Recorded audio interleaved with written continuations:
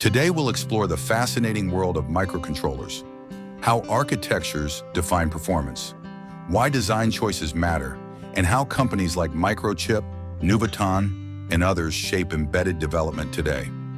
Let's dive into the heart of embedded systems. At the core of every embedded system is a microcontroller, the brain that runs our code, manages peripherals, and powers modern innovation. But not all MCUs are created equal. Each design involves trade-offs: performance versus power, cost versus features, and ease of use versus control. Our goal today is to understand these differences so we can choose the right controller for the right job. We'll look at three main families that represent the evolution of embedded design: the 8051, the ATmega/AVR, and the ARM Cortex-M. Each has unique strengths, from simple legacy designs to modern high-performance architectures. The 8051 is the veteran of microcontrollers, dating back to 1980. It's simple, predictable, and incredibly low cost. Even today, companies like Nuvoton and Silicon Labs still manufacture modern versions, such as the N76E003.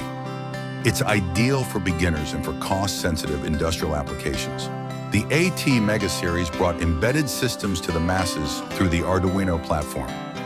This architecture combines efficiency, ease of use, and community support, perfect for hobbyists, students, and educators.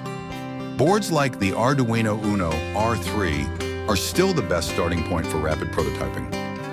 Moving to the professional level, the ARM Cortex-M architecture dominates today's embedded industry. It provides high performance with low power consumption and is used by almost every major manufacturer, from ST Microelectronics to Microchip. It's scalable, flexible, and built for real-world IoT, automation, and consumer products. Beyond architectures, we have the companies that bring them to life.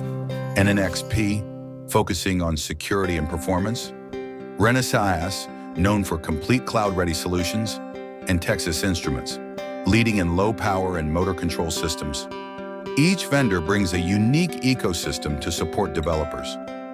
Nuvoton stands out with its NuMicro MCU/MPU portfolio, covering everything from 8-bit 8051s to powerful ARM Cortex-A processors. They emphasize industrial reliability, energy efficiency, and even AI/ML integration through their NuWise IDE.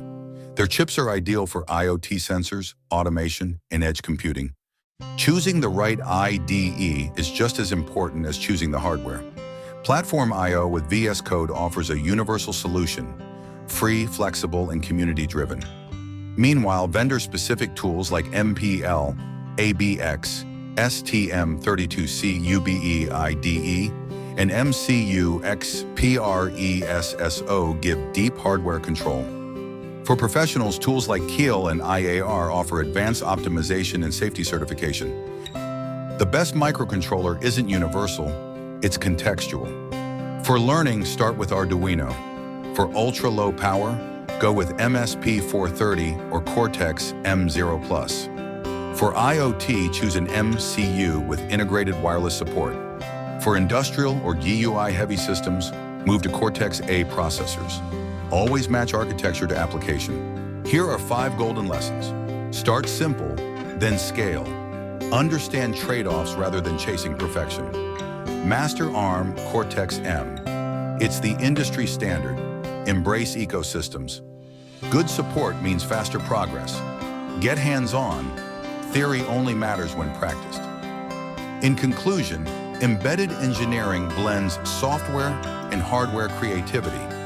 Whether you're blinking your first LED or designing industrial automation systems, every step builds your expertise. Start building, keep learning, and remember, the best time to begin was yesterday. The second best time is today.